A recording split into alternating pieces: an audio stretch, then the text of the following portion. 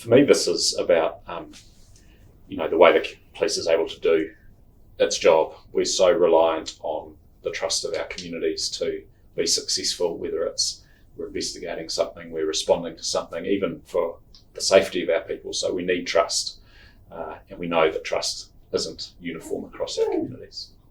Yeah, I agree. I think what's impressed me is the way in which the police I've spoken to have acknowledged that there is a great deal of unfairness within communities, that there are some communities that are really struggling and need additional help. And so some of the discussion is about what can we do to get them to the same place as those people that have all the opportunities and the advantages. So that's a major challenge, I think. And it spreads a lot wider than police, doesn't it? I mean, we've got the whole range of things that play into the world of policing, but police has a contribution to make. Yeah, I mean, I think for me, the outcomes of fairness and inequity is really what this is all about. I mean, there's lots of things that contribute to that. We deal with many people who've had unfortunate life experiences, and we often deal with people when they're at their most vulnerable and most difficult time of life. In that, I think, is why it's important that we exercise those discretionary values that are part of the police business in a way that delivers fairness and treats the person in the round. And I actually think that it fits really well with officer discretion and our emphasis on prevention. I think they support this concept of fair and equitability really, really well, to be honest. I think we're well positioned to make the most of the opportunity. So certainly the discussions between the panel and the operational advisory group, which is 25 police officers, it was quite impressive. I thought that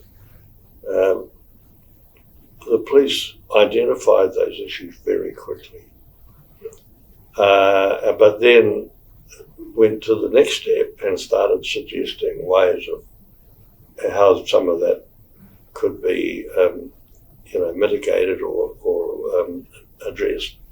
So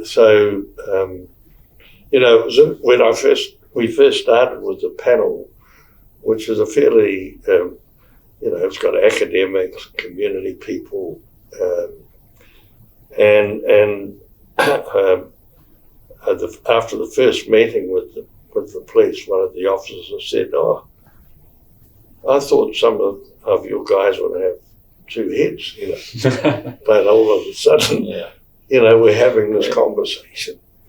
And similarly, the panel were really impressed that the officers were actually not only talking about the issues, but suggesting ways of improving things. Now, people do think deeply about what we do, and we want to make a difference in our communities. And the opportunity, I think, in this work is to understand a community perspective on some of what we do, but also, as you're saying, to build that connection and for people to understand from a police side what's going on. And what I like about what we're doing here is the opportunity to build a common understanding of those issues. So I've been, had the privilege really and the benefit of engaging with the panel for a year. And we started, I think it's fair to say, with quite a gap between, what we thought the panel was going to be about and what they thought policing was about. As the conversation has gone on over the last 12 months, and as both sides actually have understood more about the opportunity, it's amazing how much shared interest has been identified in terms of what we want, which is why I think the outcome is something that we can all sign up to. And I think we will have good conversations about why in some areas that's not where we are today. And I have found the police staff already involved have had some really good ideas about some of our systems and processes and why they actually prevent them doing the job in the right way. In areas like the way that perhaps we do some of our formal warnings in when there's a lack of consistency around that, how we do our rule policing, where we do it, the sorts of things we look for. Actually, there's some really practical things that the staff themselves have identified and said, what we can do this a bit better. Absolutely. I think when I started over a year ago now, I thought that this was just going to be another research exercise where we would produce a report and present it to the Commissioner or Parliament, and then it would sit on somebody's shelf, for the next 20 years. And it became clear to me that it didn't have to be like that, because if people are coming up with ideas and we can get on together well, and we are so far, we can start making changes before the report is produced and say, hey, this is what we're starting to do, this is what we think is important. And it sort of means, I think, that the community, the police and the panel can come up with a collaborative approach and an agreed approach, rather than presenting a report and people saying, I don't agree with that. It's been such a feature of this area over the years of people talking past each other, finding no common ground. One person has this view, another has this view, and nothing changes as a result of it. And I'm excited about the opportunity to have a dialogue as an organisation with a group of people who can bring a community perspective to make us better and ultimately to make our communities safer. It's exciting.